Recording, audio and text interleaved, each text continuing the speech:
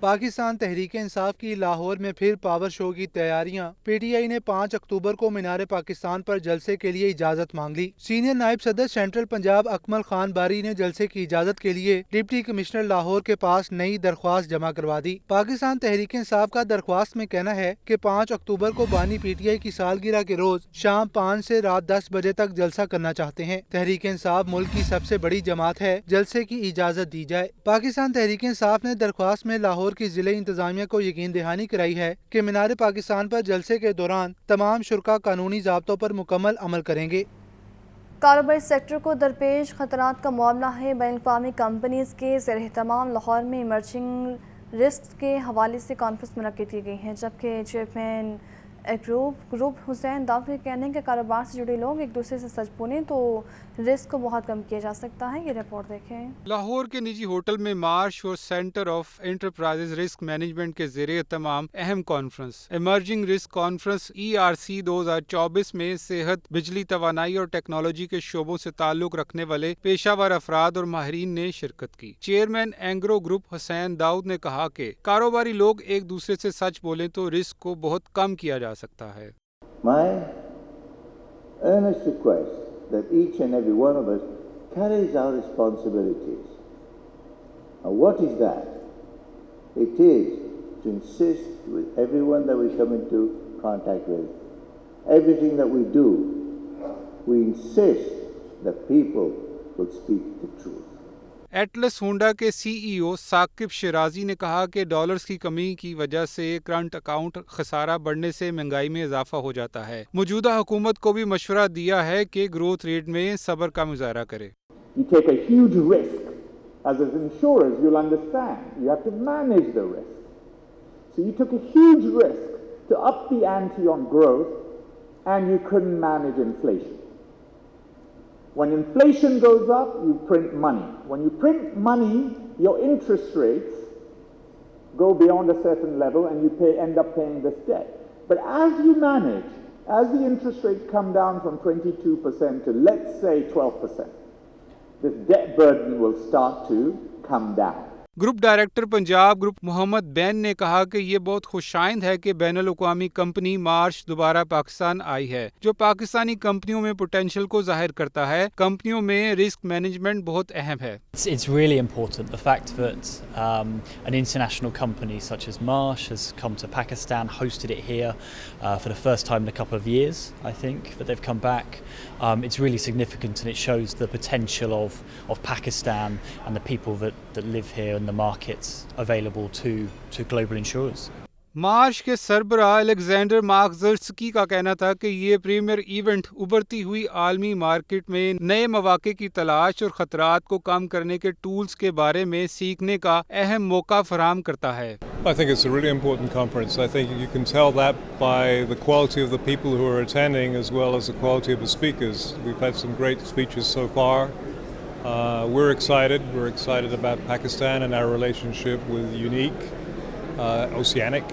Conference میں مجموعی طور پر 3 پینل ڈسکشنز ہوئیں۔ ان کے علاوہ مختلف کاروباری سیکٹرز کو درپیش خطرات سے متعلق پریزنٹیشنز بھی دی گئیں۔ کیمرہ مین محمد عدنان کے ساتھ عاطف پرویز، لاہور نیوز۔